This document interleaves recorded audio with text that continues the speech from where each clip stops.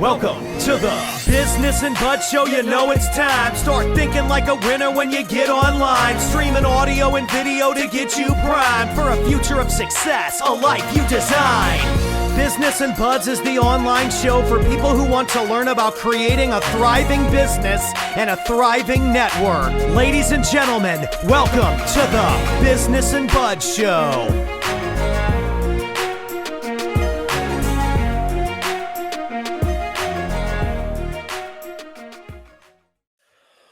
Welcome back, everybody. Michael Bryant, Business and Buds Show. I am producer Pat, and we are chilling. How you doing there, Mike? I'm doing good. How about yourself? We're just pounding them out. It's like batting practice right now with these episodes. We're stocking them up, loading them up, cranking them out of the park, and just having a wonderful time. So let's talk about that for like 1 second here. We figured out from some other big podcasters in the space, one of the hacks to be able to achieve relevancy in any of those lists is not to just like launch a podcast and then release that first episode immediately. It is actually to build up a backlog and then have a set content release schedule. So let me give you an example, right? Like, let's say that we have 10 episodes that we record before we release the first one. We would try, for instance, to release it Monday and Wednesday at the exact same times, and then set the upload schedule to release automatically at those times. So that way we're not chasing after it.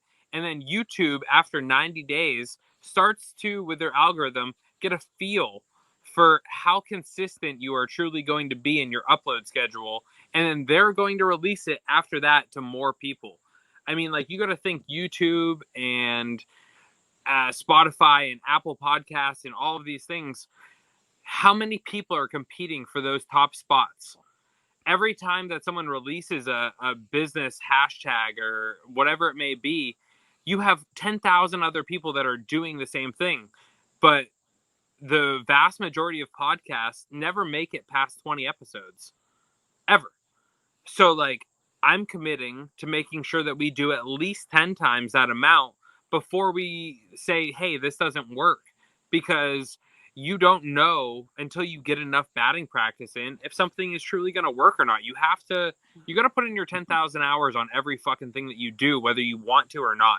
Well, and that's just what we were talking about this afternoon before we even recorded anything. Was during those 10,000 hours, you're going to run into some devastating moments.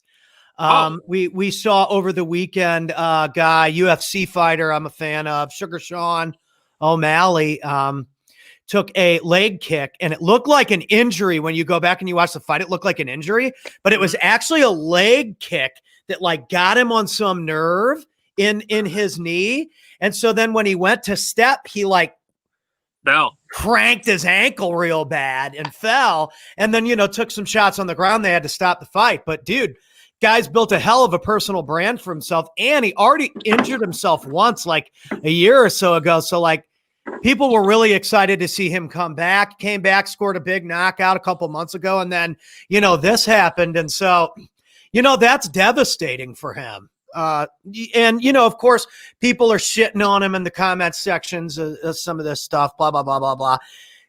If you're not prepared for that during your time in the, what do you want to call it? The come up, then listen, you're not cut out for it, because that's part of the game.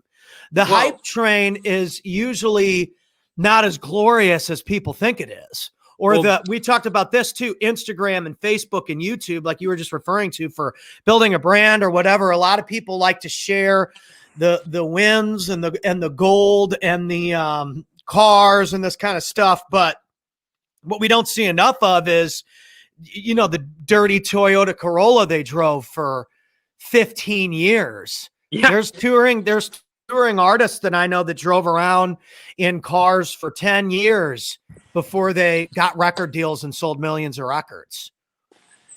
Well, I mean, fuck. Today, it's a grimy commitment. Today, I got kicked pretty hard in the teeth. I mean, certainly not as hard as other people have, but like, I took a sizable hit. I'm not a billionaire by any means, or like barely even a millionaire for that fact. And like I know as easily as it has come in the past 12 years for me to become an overnight millionaire, it it could easily just go away that quickly. Like Right. nothing is here. Success is every day sort of thing. Like you have to commit to it and know that like there is no other options. So for instance, today I lost $194,700, and we'll talk about this on the next podcast with my attorney. Uh, because the next podcast that we have coming out will be with Owen, one of my attorneys, and he will ask him questions on how I lost that sum of money and business law and all of those sorts of things. And long story short is, whenever you're in a high risk industry like CBD or THC products or keto, whatever it may be, where banks are not super inclined to work with you because there could be potentially higher chargeback ratios or fraud and things of that nature. Like I lost 200K that was like pure profit that I had to pay tax on last year. And I didn't have it in my pocket because the banks held it in what's called a merchant reserve. Whenever you accept credit cards online, you're in high risk. There's a merchant reserve, and they held 200K, a little over 200K plus whenever we first started. But after all chargebacks settled down and everything washed out, 194,700, I think it was the final total. And I learned a $194,000 lesson. Because the banks had me over a barrel because they locked me into a 2-year contract.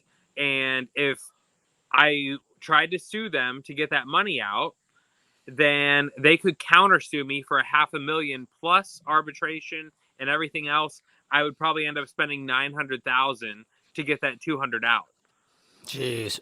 And so I learned a valuable lesson at the expense of 200K. But like I've also learned the $2,000 lesson, and whenever you're making $8,000 a month or $5,000 a month, that $2,000 lesson hurts just as fucking bad. Like right. It doesn't matter. It's at the end of the day, all of this shit is just zeros added on to one another. It's not complicated.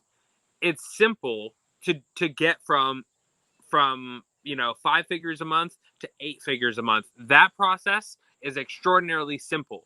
It is not easy, but it is simple. It is finding out what works and then rinsing and repeating that process and optimizing that, and then building out other pillars to support that, and then figuring out that optimization on that. And it's just that's what you have to do. But like you're going to get fucked hard and it's going to hurt. Like think of like the movie Oz. Whenever they're in the shower scene, you're gonna get fucked in the ass, and it's not a pleasant fucking in the ass. It is not fun. I don't know if I saw that one, folks. Bro, that fucking movie is wild. You're gonna get raped, and it's gonna happen, and it's okay. It is okay because it is an essential fucking lesson for you to learn. Now that is definitely true. Is you got to look at the lesson in this kind of stuff, and that can be hard. Especially when your emotions are running wild, or, and people are going to say stuff too. I'm an artist today. So I'm sensitive. Oh, like yeah. Literally on the phone with my attorney, I was laughing. Dude, whenever he told me, he goes, "Hey, we're not going to be able to get this back. You just lost 200K. And I was like, that sucks. Okay. Like, what the fuck? What do you want me to do about it? Like, you are my advisor, and if you tell me, hey, it's going to cost you more to go after this mistake than it was to make it, it is what it is. Yeah, it is what it is. And that's the old, what is that? Who said that? It is what it is. It is what it is. That was trending on Twitter today for some reason. I think I know by, but we're not going to go there. So, what I was saying was that, I'm a sensitive artist, so I've had people tell me that, the things that I want to do, and being a producer and an entertainer and a host and a performer and a musician, all this stuff was hogwash. Yeah. It's not a real monetizable skill that you're considering putting your whole life and your whole existence on. The likelihood of you succeeding is extremely slanted towards failure. Tiny. I don't know how to even word it. Right. So most people don't make any money doing what I do, which doesn't matter. There's a part in you guys who watch multiple episodes will hear lots of Star Wars references from Nerdy Pat. You know why? Because it's freaking good versus evil, and good wins at the end. That's why. So Han Solo's flying through the freaking asteroid field, and there's 4 TIE fighters behind him trying to blow his brains out. And he's like, we're going to fly into the asteroid field. And again, this is a lesson. It's not just a stupid movie. I mean, it is to a certain degree, but there's a lot of lessons in this. I'm going to go the path of the most. I'm going to go the path. Okay, so obviously it's just like space people, right? So the good guys, Han Solo is Harrison Ford, Indiana Jones, right? Yep. And he's flying away from the bad guys, a.k.a. Darth Vader. Can I pause you for 1 second? Yes. You want to talk about trials and tribulations and fucking obstacles? I think I read somewhere that Harrison Ford had to spend over $100 million on his divorce. He did. You want to talk about getting fucked? You can get fucked. So this scene was so good, it's part of the reason why he made that money. So back to it, because this is such good shit. You just proved the point of how good the movie is, or he never would have made that money in the first place. So they're flying away from the bad guys in the legendary starship, the Millennium Falcon. And he could either go the easy route, which gives them a better shot at the ship, right? Because we can see it better. Or he can take the path of the most resistance, which means flying into the fucking asteroid field and risking smashing the ship to smithereens to try and lose these assholes, right? So he's going and he's getting ready to go in there, and there's this little robot guy who always like has all the data and like his counterpart is C-3PO, and he's like, Mr. Solo, I think this is a terrible idea. The odds of surviving an asteroid field are 5,042 to 1. And he's like, never tell me the odds. Shut him off. And like grabs the thing, and he's like, flies into the fucking asteroid field, and they're fucking firing at him. And of course, they lose these assholes, and they win at the end, right? So, every great film like that, the good guys always win. Well, bro, the reason why he was able to make it through was because he took the path of most resistance. A lot of people will listen to something we say or listen to something that someone of our guests says and think, I don't know, man. I mean, that dude's crazy. I don't have that kind of balls, or I don't have those kinds of resources, or I can't do that. He doesn't understand. My struggle's different. Dude, you already talked yourself out of it. You already talked yourself out of it. The path of the most resistance is going to give you the most growth opportunity, the most adversity, and the biggest chance to become the hero of your own life, of your own story. So while those might be little scientific fables, I'm looking at what is the lesson in that. Yep. If I would have listened to every asshole that told me that the odds sucked, this show wouldn't exist. I wouldn't know how to run any of this equipment. I wouldn't have sang at any of these big conferences, met any of these influencers, changed countless amount of people that message me and say, hey man, you're so fun to watch on camera, blah, blah, blah, blah. Yeah, because I never fucking quit when people told me this shit wouldn't work or that the odds were bad. That's a classic. I don't know, man. The odds are pretty bad. Yep. Well, the odds of losing are fucking through the roof. If you take zero action, you're going to lose 100% of the time. Yep. So there was so under, and this is not a political statement by any means at all, but under Nothing Obama, says a political statement like making a political statement. I'm just kidding. no, for real. This isn't a political statement. This is a timeline sort of thing. I got it. Under Obama, Elon Musk was also looking at building rockets during that time, and Obama and their NASA program and the whole government program, not Obama himself by any means, but the government right. He program, was just the president.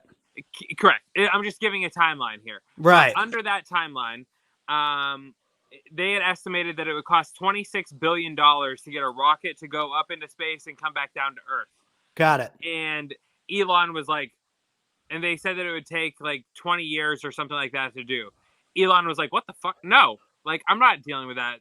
Oh, Elon caught a hunk of shit for this SpaceX idea. For sure. But like, he didn't give a fuck. He put his money where his mouth was, knowing that was probably like a 0.000000001% chance of any sort of success, but he could lose however many tens of millions of dollars that he put into it, and investors' money and everything. He didn't give a fuck.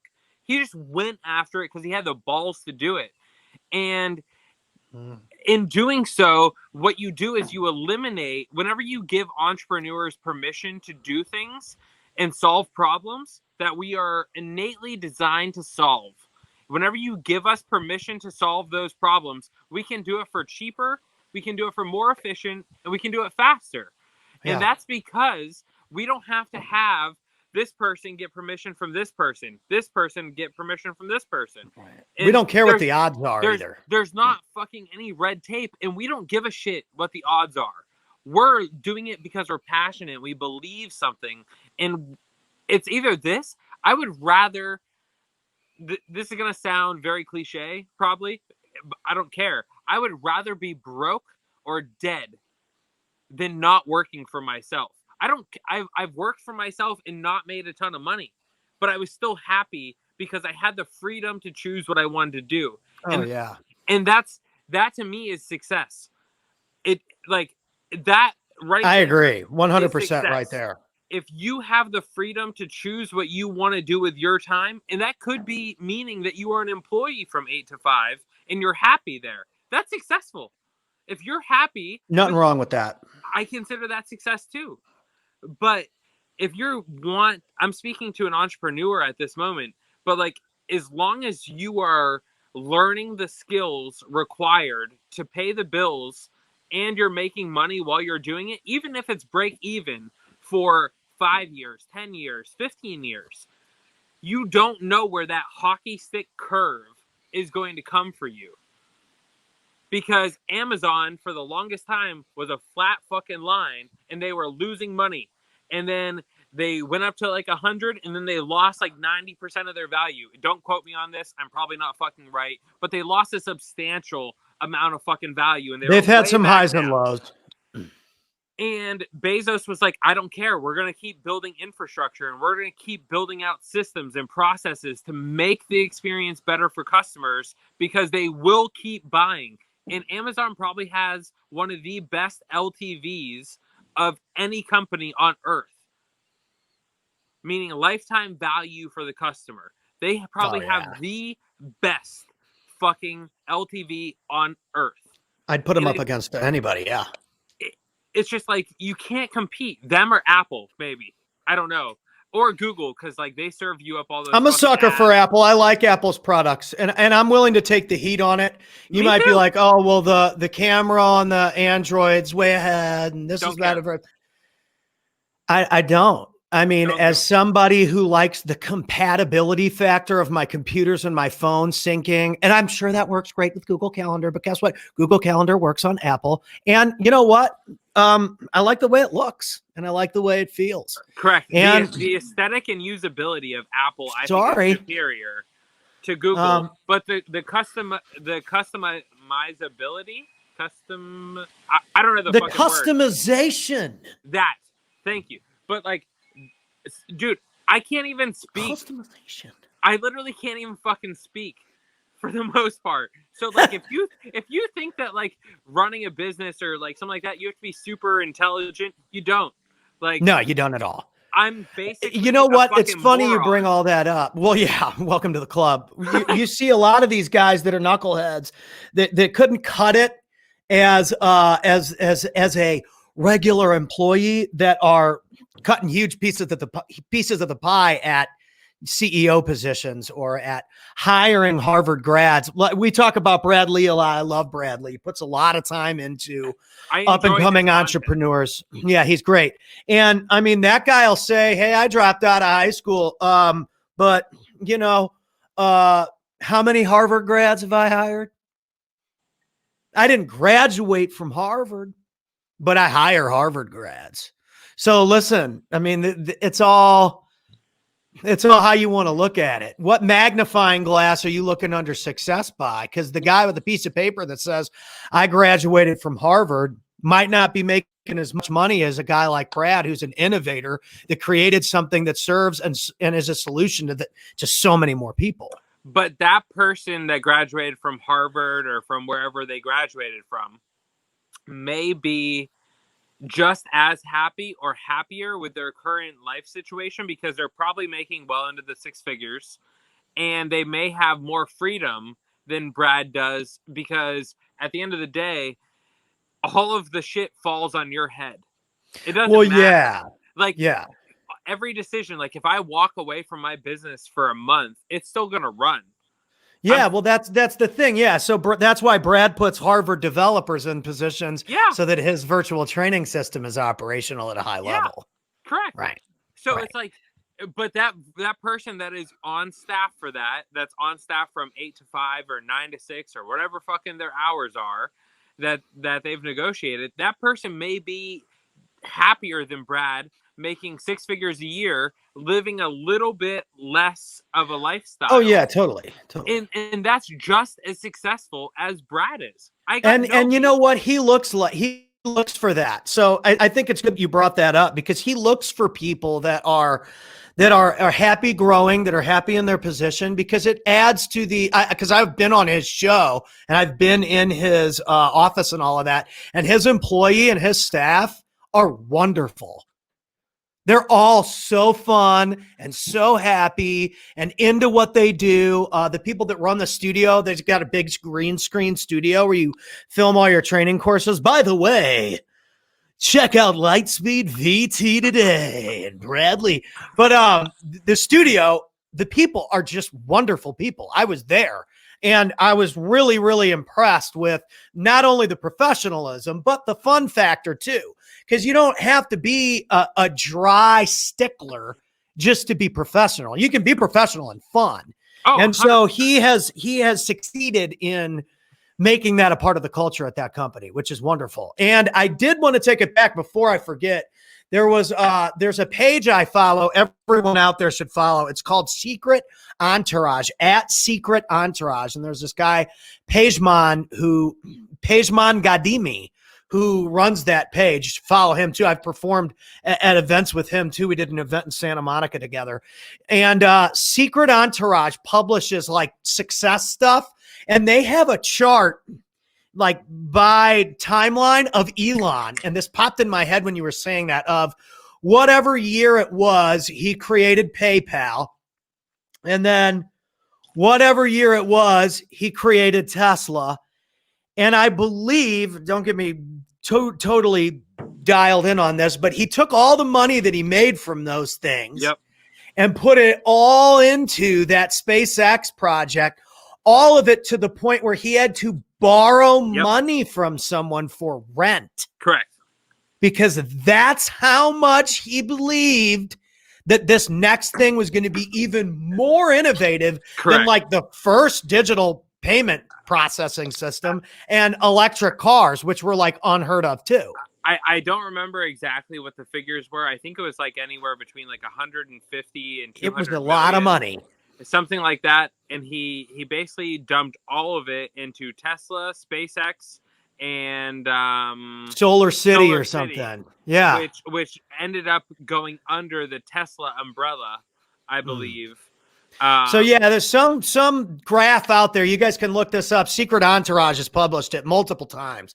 And there's an interview that goes with this too, where he was criticized by Neil Armstrong and these innovative NASA people, and he literally gets emotional, is almost crying in the interview because they pretty much told him that his shit wasn't going to work. Yeah, no, and he was just like, but to me, nothing fires up an entrepreneur like how I told the story. That pain will make you a fierce warrior, bro. It is a motherfucker. It's like getting picked on the playground. Like, all right, I'll tell a story here that I probably haven't shared with anyone. But like, so I moved from Maine to Pittsburgh whenever I was 12 or 13 years old. I don't remember which, 8th grade, whatever that is. And I came from a private school. My dad worked at the private school, so that way my brothers and I would be able to get free tuition, nice, or cheap tuition, and get a better education than the public schools that were around. And so then he took a job out here. You public school moms, relax. You don't need to income on our comments. Actually, fucking comment. I think public schools are good too. We never said they weren't good. Anyway, bro, I'm just being funny. I graduated from a public school, and my wife went to a I school. went to both too. Anyway, go ahead. I'm just being funny. No, calm down, Karen. No. You're good. I fucking hope that they do comment. Calm down, Karen. We love you too, honey. We'll take the engagement. We love you. We love you, Karen. So I moved out here, and I moved from like my dad. I think whenever we moved out here was making like 40 grand a year, and he somehow figured out with taxes and with everything else how to send me to a fucking private school for 8th grade because he wasn't certain of how the public schools were in the area. Like, we moved out here, it was kind of abrupt, and he wanted me to go to another private school. And I was the poorest kid there by a fucking long shot. Like, not even close. Like, poorest by fucking 100x probably. And I remember I would sit at the lunch table and I would literally eat, and I would have my fist like balled up, like waiting for someone to say something to me because I would get picked on so much. And some kid actually brought it up to me that I was sitting there eating with my fist balled up, waiting to fucking punch somebody in the face, like prison style. And it was literally just because like I got ridiculed so much for being poor. And that shit sticks with you. So what I started doing, my mom and dad finally were able to like afford like an extra Costco membership and like shit like that. So I remember going into Costco, and my dad made me work for him also while I was there, and I made like $6 an hour. And I went nothing like Costco. The old $6 an hour gig, bro. It was the best. I swept floors, I cleaned out trash, I did all that shit like while they were building new construction homes. And so I went into Costco, and I wanted nothing more than to have a cell phone. So that was my first investment. My dad said that I could have a cell phone as long as I had enough money to pay for the plan for the whole year. And I was like, fuck, okay. So I worked all summer. I saved up enough money to do it. I got a cell phone, and then I started buying candy and pop and all this shit, and I'd put it literally in my locker. And I'm not the only person that's done this, but like, we were at a Catholic school, and it's kind of taboo. They didn't want anyone to have any of this shit. And I would get called for literally not having my shirt tucked in. I would be in school suspension for that sort of shit. And then once they caught me selling candy and shit, they wanted to boot me out of the school. And they ultimately were not able to. But I only had 1 year there. But like, that sort of shit, it sticks with you. Like, I'm not Catholic at all either. So like, I went to a Catholic private school in 8th grade, and the nuns would literally yell at me to kneel down on the fucking shit, like in like do all of their rituals. And I'm like, no, I'm not going to do that because number one, I think I'm being disrespectful to your religion first, Mm. and number two, I don't want to do that. Like, I'm only here because my parents didn't know what the schools were. So, like, please don't make me do this. That's And, funny. but they would ridicule the shit out of me for those two things. I would get made fun of for not being Catholic at this school and for being poor as fuck. Hmm. And I just, I I never ever, like, that was the first time whenever like I really realized where like I didn't want to be powerless. And I realized that money buys you power. And then the second time was whenever I had a kid at 20 or 21. I think I was 21, 2011. And I spent $80,000 in attorney fees, and I still lost the rights to see my son. And I fought for over a year, and it was just like one of those things where I had to get like a job. And I can tell that story after my attorney comes on and does some research. I can tell a little bit more into this story. But I had to figure out really quickly at a young age how to make a lot of fucking money. And that's something that has stuck with me my whole life, is that money buys you time and it buys you power. And I don't ever want to be without either of those things. Mm.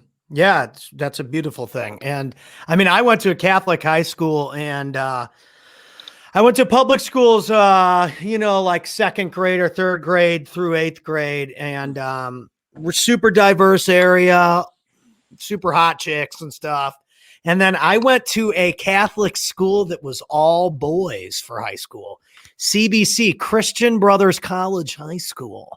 And in St. Louis, yeah, they had all kinds of names for us too, like Crusty Butt College and Cigarette Butt Collectors. And That's hilarious. yeah, I mean, there were all these different names. And so in St. Louis, there's a variety of different private Catholic high schools. And they're what would be, they're all same sex. Yep. So it's all dudes or all girls. So there were all these like sister schools, like Ursuline, which is like nuns. Like you said, they were nuns. Yep. But for us, the brothers were in charge. Now, the brothers were some bad motherfuckers. You would not have been able to get away with that at CBC because your ass would have been in the Dean of Discipline's office. We had this guy. His name was the Dean of Men. His name was Ray Barr. He had a bald head just like you. And I'd always get in trouble with Ray Barr. See, I had a problem where he'd catch me doing something, and I don't know why. I guess I was just a stupid kid. But this lesson has taught me a lot, and it saved me as an adult, especially in times like today with the internet, like we talk about being real and stuff online. I used to try and get out of stuff like he didn't already know I did something by fibbing or lying. Yeah. And so one time I literally was just telling someone this story this morning on a phone call. So this one time I wrote some stupid shit on, like, we were all in the band class together. So we all would say stupid shit to each other in class. And there were all these musical notes on our lockers. They must have decorated it for some school play that we were doing or something. So I wrote some dumb shit on people's little musical notes. Right. And, he calls me into his office out of class and he's like, Patrick. And he lifts up the thing, lifts it up, and it's got my handwriting on it, Ho Diddley Hoffman or whatever I wrote about this guy. And me and that guy were on the lacrosse team together, and I'm so loud in the hallways, people probably already knew I came up with Ho Diddley Hoffman anyway, right? Patrick, did you write this? Yes or no? I'm like, no, Mr. Barr, I didn't write that. Why would I do something like that, Mr. Barr? And he holds up another one. He holds up another one. I lie through my teeth. He lets me go. I'm like, right? Calls me back in at 1:00 in the afternoon. The assistant principal is now sitting in the office, and he whips out again, Ho Diddley Hoffman or whatever I wrote. Did you write this? No, Mr. Barr. No, Mr. Barr, no. Why would I do that? Mr. Gertis is the assistant principal. I remember the guy's name now. And I'm lying through my fucking teeth. And they knew that they had cornered me. And so now I had lied in front of him. He gave me the opportunity to get out of it, by the way. But I'm so stupid. I lied. And this goes back to obstacles. Sometimes you create your own obstacles 100% by lacking personal responsibility. So I lied once, lied again. Wait for it. He calls me back into lets me go at 1 o'clock, calls me back in right before school is let out. My fucking dad is sitting in the office now. Ho diddly Hoffman. Pat, did you write this? And I'm like, yeah, Mr. Barr, I wrote it. Why did you lie? You could have told me that at 10 o'clock this morning, avoided your dad a trip, avoided yourself the embarrassment of walking out of this school when the bell rings in 3 or 4 minutes because you're sitting in my office until it rings with your daddy because you lied. Oh, dude. Like, fuck, dude. I was like a senior too. Yeah. Like how embarrassing is that? But you want to know what the best part of that is? That teacher cared enough to teach you a lesson. Yeah. To teach you a lesson that has now stuck with you for the rest of your life. Now, I've been in that situation. I mean, I certainly have lied to get my way out of situations. I did it probably all the way up into my early 20s. It doesn't work. And it can work for a while, but what happens is if you do it for long enough, you end up losing track of the lies that you told. And you don't know what's real and what's fabricated. And that becomes a real fucking problem. And I, as a stoner now, it's so much just fucking easier for me to tell whatever my truth is than to try and remember a fucking different story or like whatever. Like, I have no problem saying that like my sales last month were at like $40,000 a day, and then we had an issue with affiliates, and now this month my sales are at $10,000 a day. It is what it is. I don't care because no one else that's judging me pays any of my fucking bills. Right. Not one fucking person on here contributes to my overall success. Like, I don't have, like, we're going to have an open group here where we talked about it, where we're going to charge a monthly fee. We discussed roughly like $100. I decided that that's not enough. And it's not enough for like a couple of reasons. Number one, you're not held accountable enough to actually come on to these calls. And the reality is you probably don't value $100 enough a month to actually take things seriously. And if I want to qualify the people that are going to come into this group, I don't just want random fucking people. And I am not the most qualified person in the world to host this group, which is why whenever we do these sort of things, we will have like an open Q&A, and it will be filmed after the podcast is done with like other professionals that are on board. So we'll film a live podcast, and then we'll keep them on for another hour, which is whenever you guys will log on, and no one will have access to that except for the people that are paying for it. And it is open Q&A. If we bring on, I don't know, if we bring on Gerard Adams, whoever we bring on, or Ryan Blair, or, you know, or Brad, or Elena Cardone, who is Grant Cardone's she's wife, phenomenal. I love her. Or a million other people that have less notoriety than them, but just as much success and knowledge. Oh, yeah. And you have the ability to ask them questions and shortcut your time. That's the type of people that I'm looking. I'm not saying that you're going to automatically make $1 million. It fucking probably won't happen. Like, that's the reality of it. You're probably. I mean, if you could automatically make $1 million, folks, let's face the fact, Mike and I would probably be doing something else, or we'd be sitting here and doing this. We'd probably do this anyway, actually, to be honest. Yeah. But I mean, it's just. But like, you can't just expect overnight things. You have to take. So you brought this up to me before we got on this podcast, Michael Jordan practicing for games. And that's what we're doing by backfilling these episodes. And we're figuring out how you and I work together, and we're figuring out how to intertwine, for the lack of better words, ads and promotional products into this podcast, which I'm going to be very honest with you. I don't do this podcast just because I think that it's super fun to be on camera.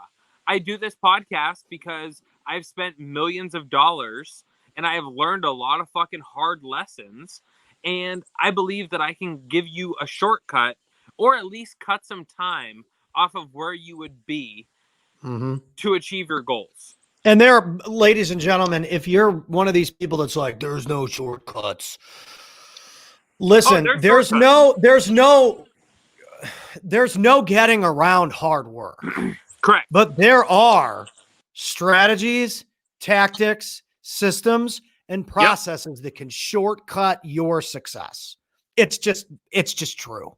No and doubt. It's all about who are you around. And I remember, speaking of Brad, I was on his show talking about, man, I put in all this hard work and you can't make it without the hard work. And he's like, that's true, but you don't always have to do it the hard way. Correct. Okay. You chose to do it the hard way. And dude, much respect, but come on.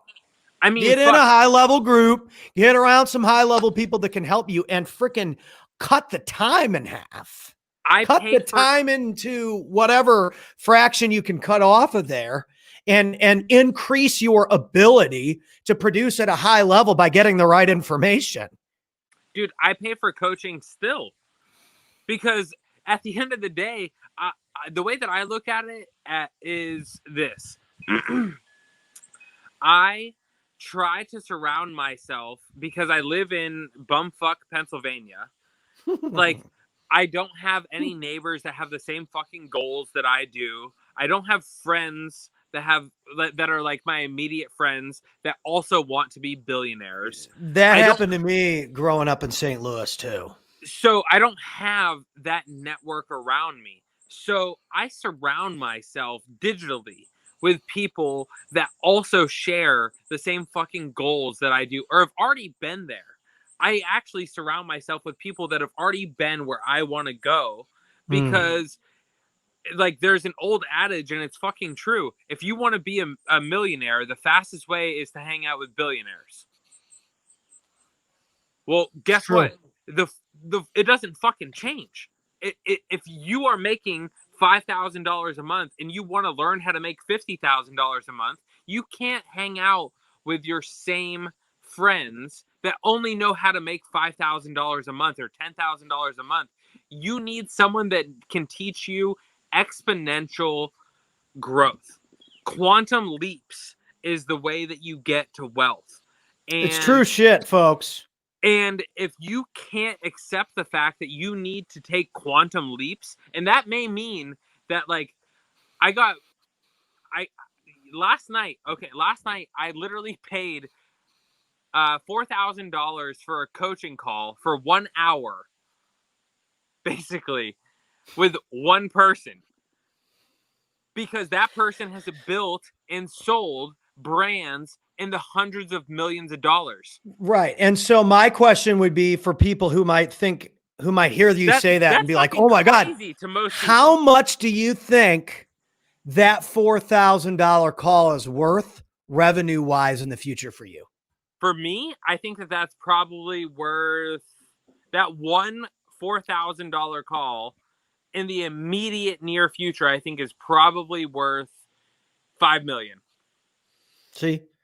So if you guys out there, and this is something you've got to think about, and you've got to think long and hard about, because there's two ways. The CEO of ClickFunnels, I'm going to praise him on the show because I love him. Dude, Russell Brunson. Great. I love Russell. I watched him. I would have him on here one day. Yeah, that would be cool. I know a lot of his great friends, and they're all awesome too. So we'll work him into the rotation. We'll work you in there, Russell. We'll see if we can get We'll see to if we you. can fit you in. Just kidding. So, anytime you want, we'll take you. right. So we talked about how expensive he is. He spoke at an event for Dana Derricks, who it was called Dream 100 Conference. And the Dream 100 concept is that you map out 100 people that you want to work with, from the top people to the middle people to the lower people. How much can you charge each one on a client level? This business. Yep. What can I do to get these people on my side, get their notoriety, Yep. get them to be into my shit? How much And it's could I funny charge because Nike to do their SEO for them?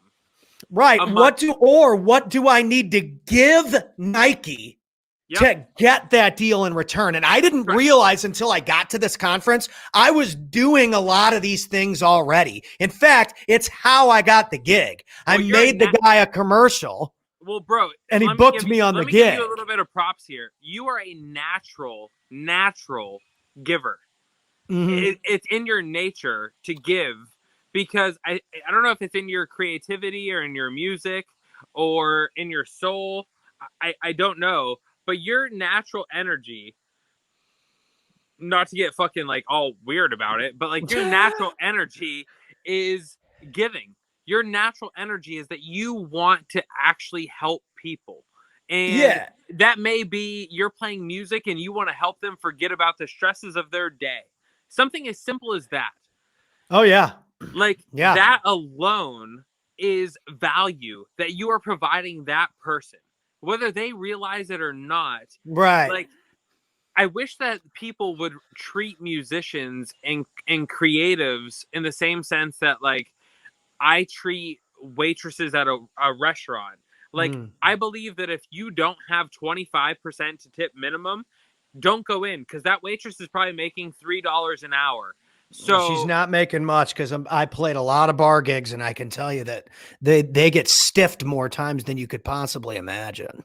So if you can't pay 25% to sit down at a restaurant, and I'm sure I'm going to catch a lot of fucking heat in the comments for this from people that are like, oh, it's easy for you to pay 25%.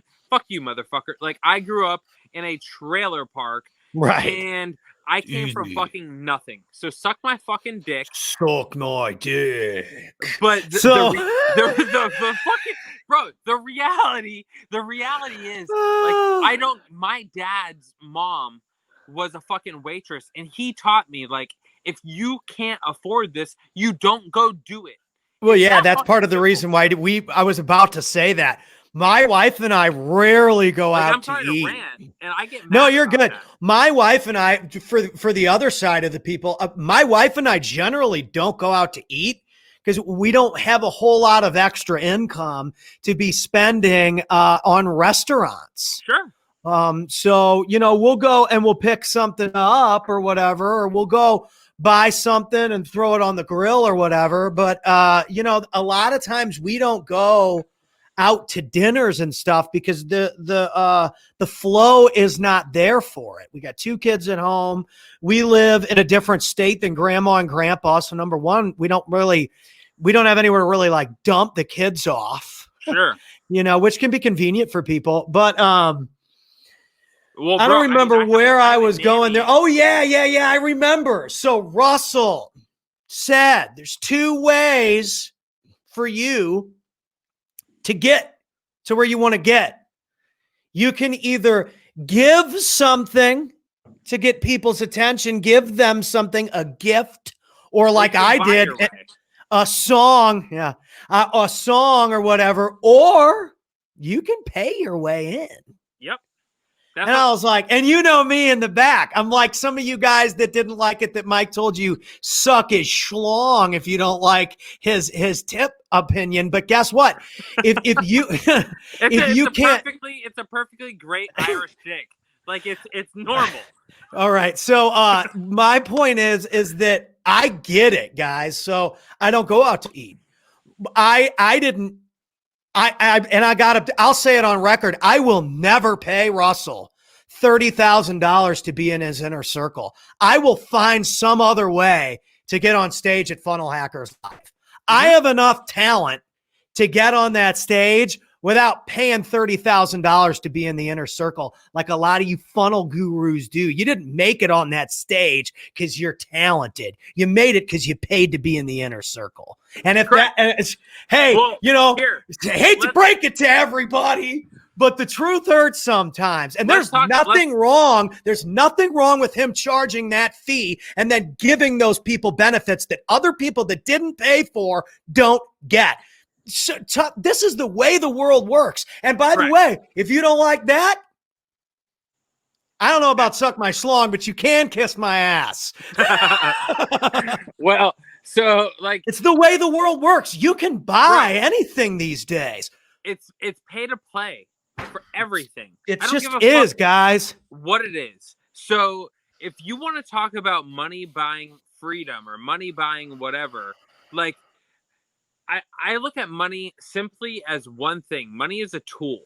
Money is a tool for me to be able to have freedom to choose what I do with my time when I want to do with my time. And it buys me employees. It buys me a podcast producer. Thank you. I appreciate you. It buys me fucking developers. It buys me partnerships. It buys me mentorships. It buys my way to get closer to the sun. And that's what I want to do. Like Gary Vee has been preaching this for years. And I finally, after years of listening to it, it took me years to understand what he was actually talking about. But like giving value, like how D-Rock became a cameraman for him, but he did it because he wanted to create content for free and built his way up. And now I'm sure that dude probably makes 6 figures a year. There's no doubt in my mind that dude is getting and 6 not figures only a year. that, but how many people has he exposed himself to in the success department because him and Gary grew together. They created that stuff together. He wouldn't, in my opinion, it's like you can be a great quarterback, but if you don't have anybody to throw the ball to, you're not going to be that great. Well, whenever you pitched me this show, because you came to me and said, hey, let's do a podcast. And I was like, I really want to do one. And I was on the fence about it. And you were like, let's do it. And I was like, okay, let's do it. Let's try it out. Let's see how it goes. Right. And then I started to map out in my head, potential success of it. Right. Well, yeah. Like number one, how many people, if I can get closer to the sun and buy my way closer to the sun, how many more people can I access that can provide value to me, number one? And number two, to all of the people that are watching the interviews. And then how can I also give them ability to have a one-on-one with the person that they're looking to get, but they can't reach? So how can I provide exclusivity and value to people on a different sort of level than other people are doing it? And how am I going to stand out? And that's what I realized is like, I am basically trying to get a full-blown education in how to be a billionaire by buying my way to the top. And there's nothing wrong with that. And that was what I was going to say is I remember Russell saying that and sitting in the back of the room and kind of being a little bit like, well, this is annoying because now, I mean, he's pretty much showing me in his speech that this person, because I mean, it's an elite ClickFunnels group that we were in the room with. I mean, and I'm not making any of this up. This person, this person, this person, this person, this person all speak at his events and they all have their little private group t-shirt on today. Well, no wonder they're getting on that stage and I'm not. Well, guess what? Well, you can be upset about it, or you can turn around and say they made the investment and you didn't. Correct. So, and again, you can go on my Facebook feed and who's always rooting for me? That guy likes all these statuses that are promoting my growth or my sobriety or any. I had my first big month here. The first person to message me was Russell. I hope I was the second, but congrats on 700 fucking days, dude. Oh yeah, that's a long time. Like I I am the exact opposite. I tripped mushrooms today and did it pretty fucking hardcore and got high, and I'm drinking right now. That's So okay. it's but like I'm to the point now where like I understand that like I had a problem with other drugs as a whole. However, but for me to like function, I enjoy optimizing my brain with marijuana and mushrooms on a daily basis. I do it. I do mushrooms 5 days a week, and I take the weekends off. And but like to loosen up for a podcast, because I am not used to this sort of thing. A natural thing for me to do is to take a drink. I'm not gonna sit here and get wasted, but like Well, right. I may have 2 drinks while I do it. There's nothing wrong with that either. Like No, everyone as long as you has can to control yourself. exactly. Everyone has to figure out what their levels are in life. And I'm not saying that you can be like, oh yeah, well, I like to do a 3 grams of Coke a day, and that's like where I'm at. Like like that's probably not a great Kind of, move. But like kind of sounds like a lot, guys. like that's not like the fucking move. But I'm saying like if there are certain things like medical marijuana or mushrooms which are being legalized and tested in certain areas, if you are trying out some of these experimental drugs to work on your own enhancement of your life, I don't think that there's anything wrong with that, as long as you are doing it controlled and you are doing it like in a legal way. Yeah, I mean, just because I'm sober doesn't mean I'm like against weed or Correct. alcohol. No, I know there's a lot of people who get that way. Dude, come on. I wouldn't be here doing what I'm doing and be as good at what I do if I didn't sit around and smoke weed and fucking practice all day, every day for years and years and years and years. The weed, and again, this is me advocating for it, but I don't think it's that big of a deal. But the weed broke down that wall of pain from people saying how stupid it was and how it wasn't going to work, and girlfriends that dumped me, and people that left me high and dry, and all of this stuff. That was the ability to cut that wall out and open up the entire field of thought to let go of those mental walls and barriers. And for some days that was all I had. Some days that was all I had. Straight up, that could be why I smoke weed. And you just had a fucking psychological breakthrough with me on why I consume cannabis. I always thought that it was for ADHD, but it could be because whenever I smoke, I guess I'm indifferent to other. I don't care what anyone thinks of me.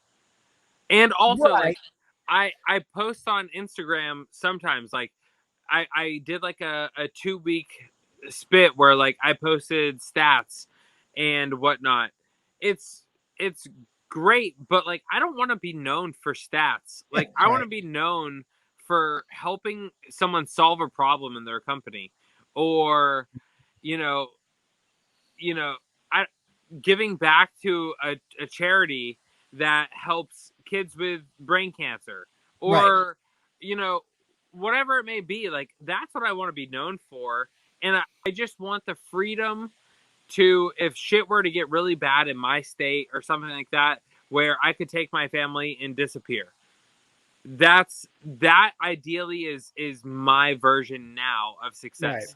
Right. You guys got to think, we started off with obstacles. We're talking about how to combat those obstacles. Sure. It's different for everybody. And there's a lot of ways to go about things, but would you rather fly into the asteroid field and risk getting obliterated into little particles, right? Yep. Or could you pay an expert pilot to navigate. Win? Yep. Think about this, because again, I'm still a hardhead in a lot of ways. Well, hold on, Pat. You said something to me. I don't know if you said it on the last podcast or if you said it to me without the podcast, but you were scared to invest $100 a month or $200 a month into ClickFunnels because Oh yeah, totally. I told that to Russell's face. because it's scary to bet I'm on like your $100. Yeah, we talked about that on here. I'm like, dude, $100? Isn't there some kind of deal you can get me for like $25 or something, bro? Come on. but And I bro, you have remember no he was problem just like, spending 25 a night on a Friday and Saturday, $25 each night or $50 each night on booze. right, or whatever it is. Yeah. Toys for the kids. Cut out the toys for the kids one week. Yep. So there's ways to make it work. And where I'm at with it is there's gonna be obstacles anyway. For So sure. there's levels of hard. You have to pick. This is an Andy Frisella-ism. Being You broke gotta, is hard. yeah, you got to pick your hard. Being broke is hard. So I was the broke guy in the back of the room. And my buddy Dana Derricks, who had invested in that group, and I might give you guys trouble, your inner circle group, might give you guys a little bit of trouble for that, but I'm coming. I'm coming for you. And who knows, maybe there'll be a day where I take this clip 5 years from now and laugh because now I've got the inner circle t-shirt on. Mm-hmm. Now, wouldn't maybe that you have be your interesting? own inner circle t-shirt. So you guys got to think about it like I was still in the room and I had still earned my way into the room and had earned the respect of these experts and these professionals. But what I learned was how far from expert all of us really were, because we were all learning from each other. There were things I was way better at than some of the gentlemen and women that spoke on the stage that made $30 million on their product. 100%. I was way better at certain shit than them, just like they were way better at certain shit than me. So just as much as you can find, oh, well, this thing I'm not good at and this thing, you can pick yourself apart in that area. And you can also give yourself credit in the areas that you're good at and then fill in those dark spots. Well, here's the thing. Skills are infinite. Like, infinite. You could be good at singing, but terrible at playing guitar. You could be great at podcasting and being an MC, but terrible at reading. Right. You could, like, skills are infinite. And as long as you narrow in on a niche, any niche, there is a subset of the population that wants to know how to get in that niche. There is a subset somewhere in the world that is interested to learn how to do what you do, especially if you know how to do it online, because that means that you have some level of freedom and you are not tied down to something. And with 4 billion more people going online in the next 5 years, like, it's crazy what is going to be the content, because content lives forever. And you may pick up 1 million subscribers from Chad in Africa because you have like a specific niche that they're working with, and Google has now translated it into their language or whatever it may be. Like, that is all possible now. And you can't think about the 100 views that you get on a podcast now. I was going to say that. Yeah. If you're always focusing on the obstacles, you're always going to get more obstacles. And that's back to the funny little Han Solo story. It's like, if he would have focused on, C-3PO's annoying ratios of what his odds were, he's already not focusing 100% on flying the ship. So now he's already performing at 89% of his capacity because he's listening to C-3PO's stupid mouth. Yeah. So don't allow, and I've done this in my own head too. Like I was describing being in the back of that room, I'm already starting to, I don't know. Rachel Peterson, she's really, really good at that stuff. And, it's like, dude, no, yeah, she is. But you're also in the same room as her because you're dope too. Yeah, absolutely. So what narrative are you feeding yourself every day? Yep. I don't know. And this is where it got to a point where it's like, I don't know, I need the weed or those walls are never going to break down. It got to the point where it's like, no, you don't, dude. You've been doing this stuff and this entertainment stuff for 20 years. You don't need it anymore. Yep. You're creating the walls with the narrative that you're telling yourself, and you need to just cut that noise out. And cut also the C3PO out, man. That doesn't mean that you smoke weed to knock those walls down. So, like, no one here is advocating for drug use. No, but I'm just saying, like, you have to figure out. You're right. You have to figure out. For me, I did this. I deleted. I had like 5,000 friends on Facebook because I created a men's group that was actually a book club, and that's how we met. Yeah. And I was bombarded with questions that I was not qualified to answer at the time from people that were far more successful than I was, and I didn't know how to answer them. So I basically just shut down the group. And I realized that I wasn't going to start anything up again, like this podcast or anything else, until I had really fucking brought myself through the trenches and knew that I could come out on the other side again. Right. And it was astonishing to me to listen to like the men's stories in there where their voices in their head were their biggest C3PO. And everybody is their own worst enemy at the end of the day. Totally true.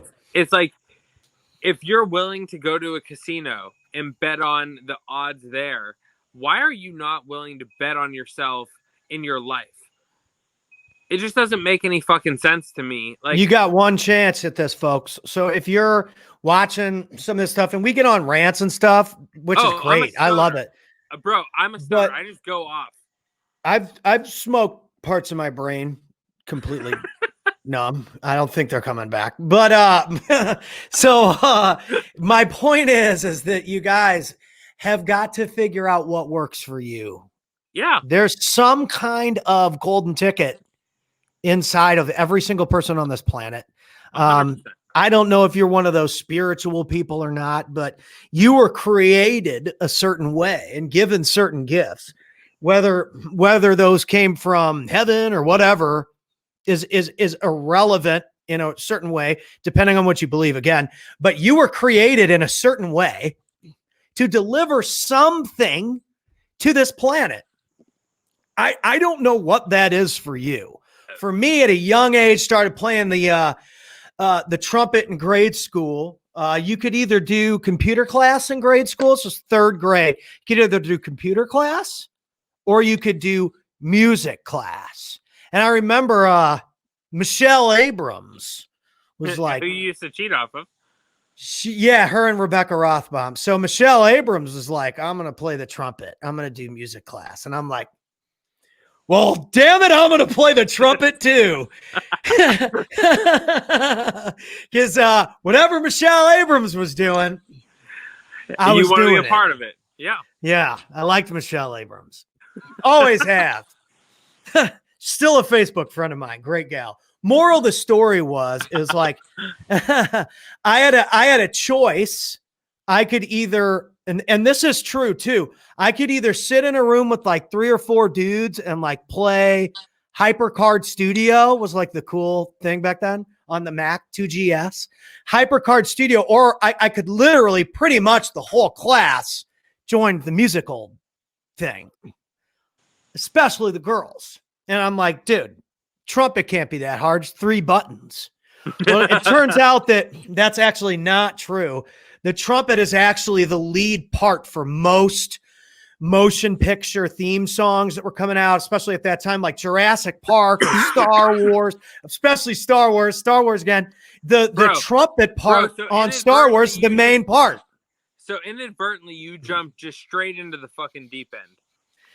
Yeah. So, and since I was in 3rd grade, I started learning all the movie theme songs that I was like this huge fan of as a kid. And I could play all that perfectly on the trumpet, but Michelle Abrams would kick my ass when it was like exercise 34.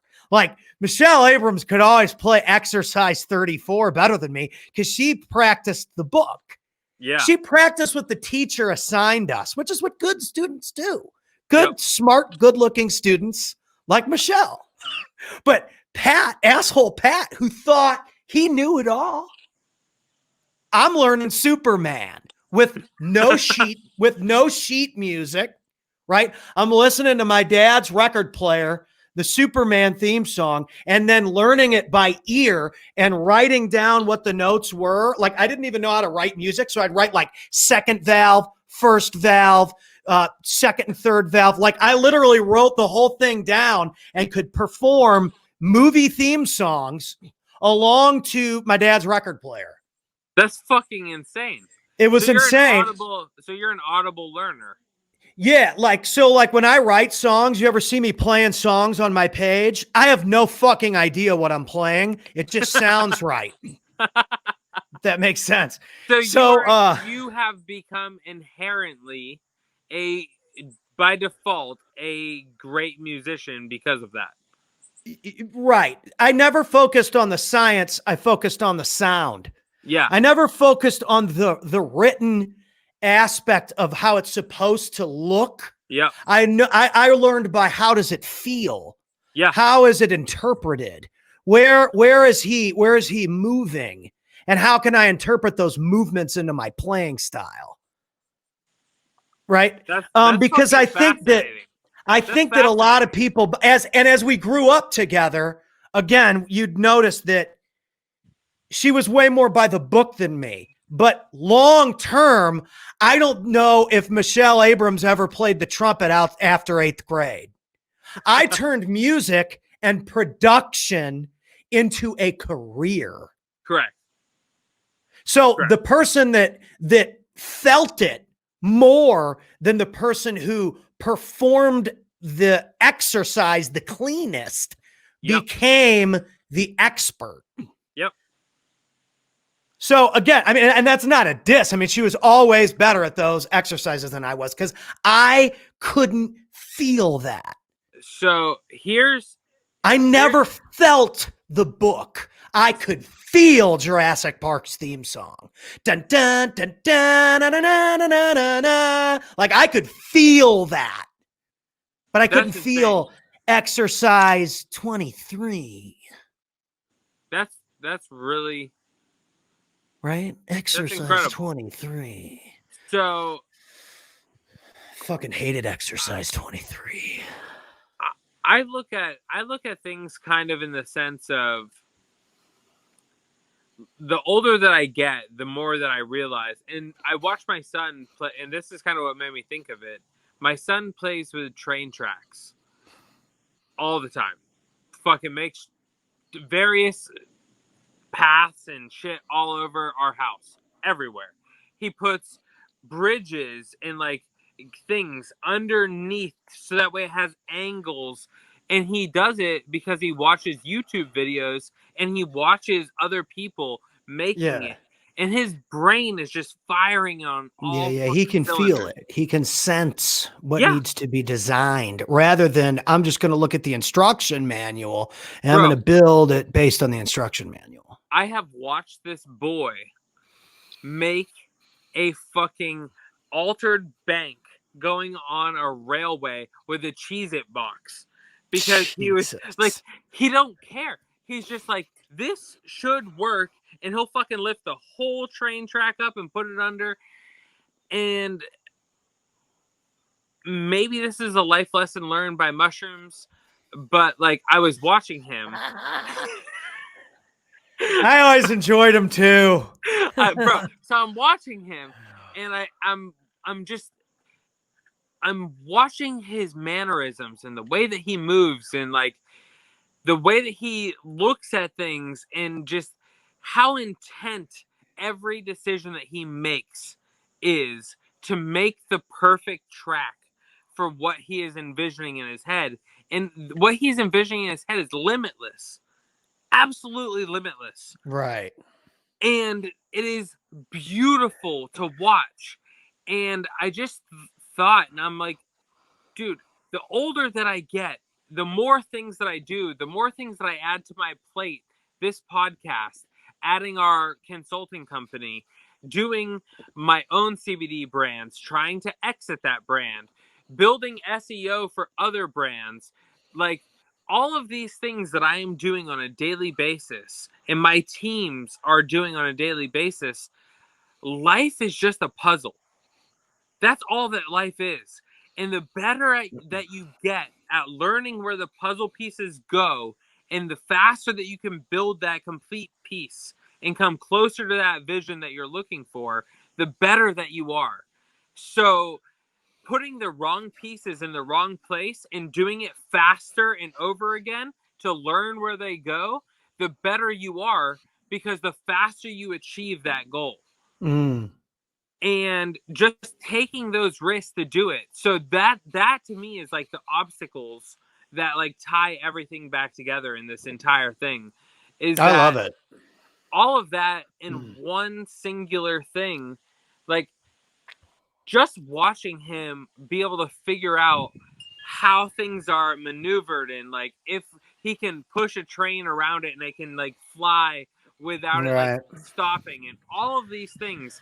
He's calculating all these things. Right, and you're not trying to micromanage. And that kind of goes back to the funny little I just want to watch him do it. Right, the trumpet story. So before I would, so when Mr. Varley was the name of our teacher in grade school band class, music class is what it was really called. But so he'd go down the line, right, and everyone had to play the exercise. The assigned exercises were the tests. You had to play it in front of everybody.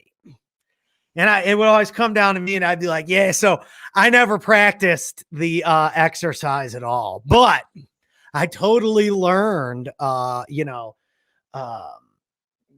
Superman or whatever. Yeah. And he'd be like, all right, well, play Superman first and then play the exercise. I would fucking shred Superman in everybody's fucking face. Everybody would be like, oh, yeah, Pat, that's awesome. And then eat shit on exercise 28. And so he ranked us like first chair would be the person that played it the best. Yep. So Michelle Abrams was always first chair.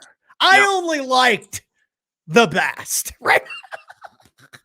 She was always first chair. I don't think she ever wasn't. And I'd always be like, like fourth or fifth out of 10 or 11. I was always in the middle.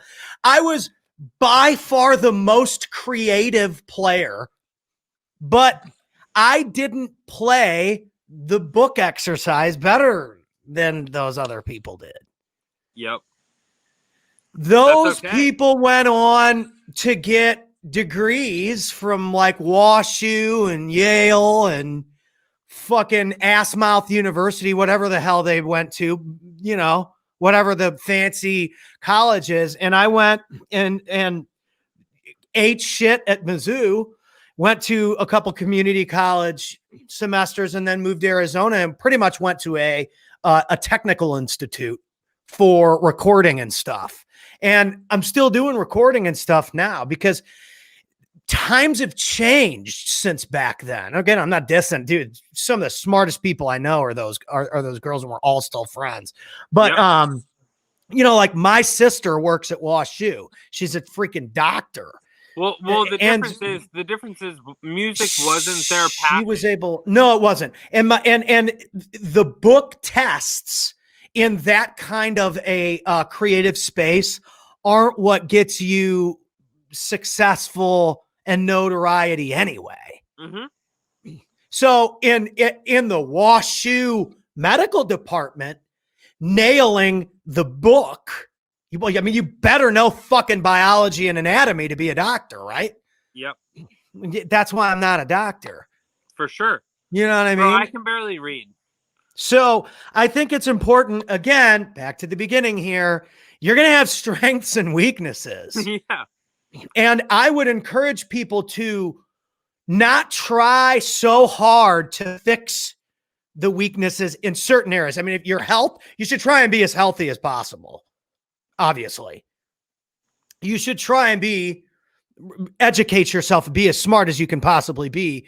But at the same time, if you spend your whole life trying to fix your weaknesses and not doubling down on your strengths and what you're good at, how great are you? It's going to even out. I could have sat around and learned those book exercises, and I bet you I could have kicked her ass 1 or 2 or 3 times.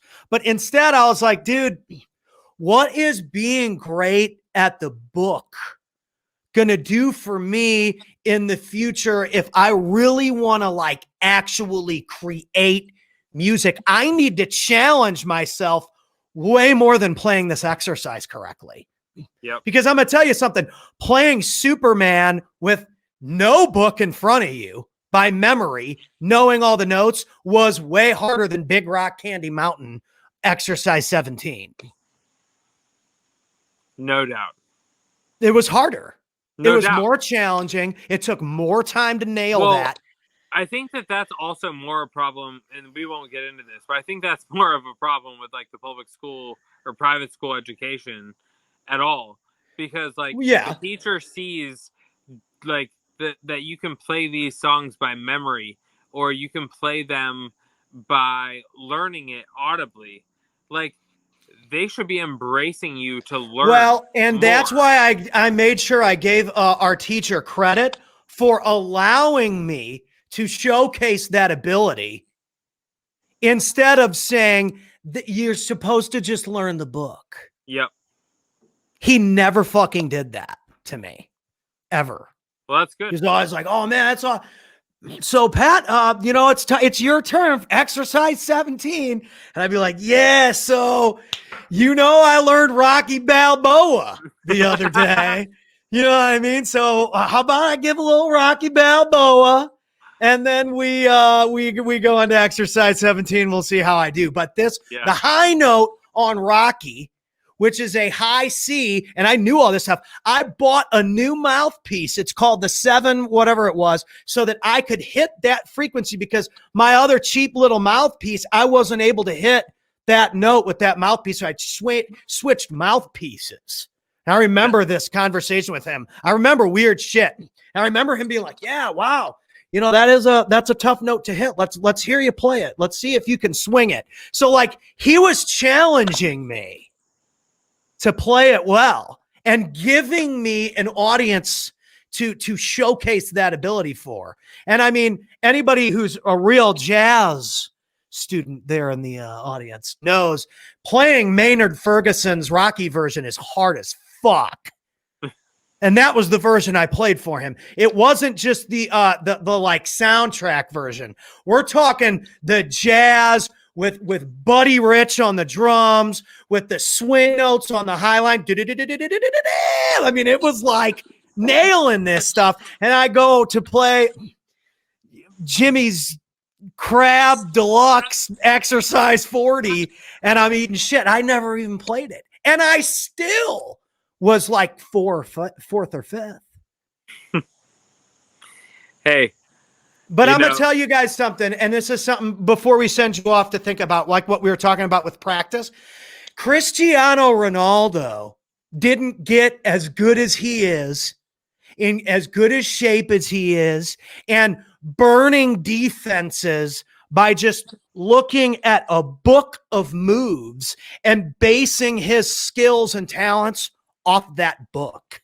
Correct. He went out on the field and he experimented and played different moves with the defender and created moves and found all these different ways that weren't traditional to win and to be good at what he does. I bet you he probably brought that soccer ball with him everywhere he went.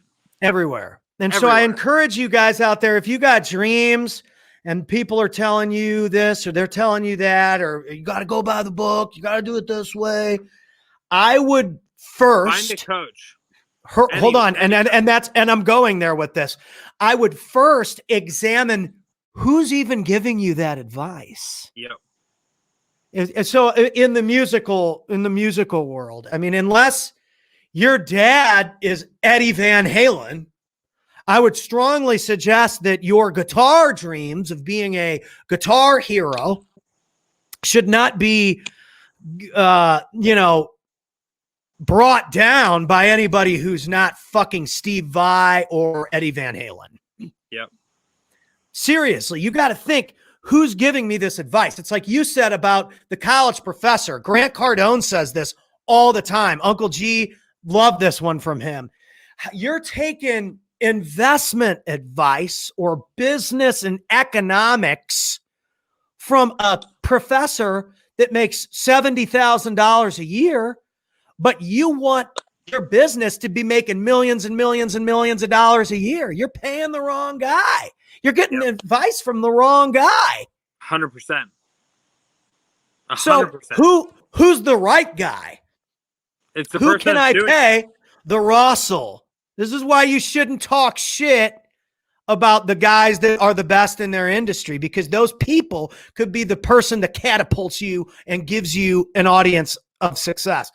The Russells or the Cardones or the Andy Frisellas or the Ed Miletts, these people that I'm naming people that I've actually performed on events with. If I would have sat around and listened to the asshole that runs the bar in St. Louis that told me I was a loser when I was dating his daughter, I never would have shared the stage with these incredible business people and learned how to take my skill and turn it into a better business. Why? Because I would have taken advice from the dollar burger guy.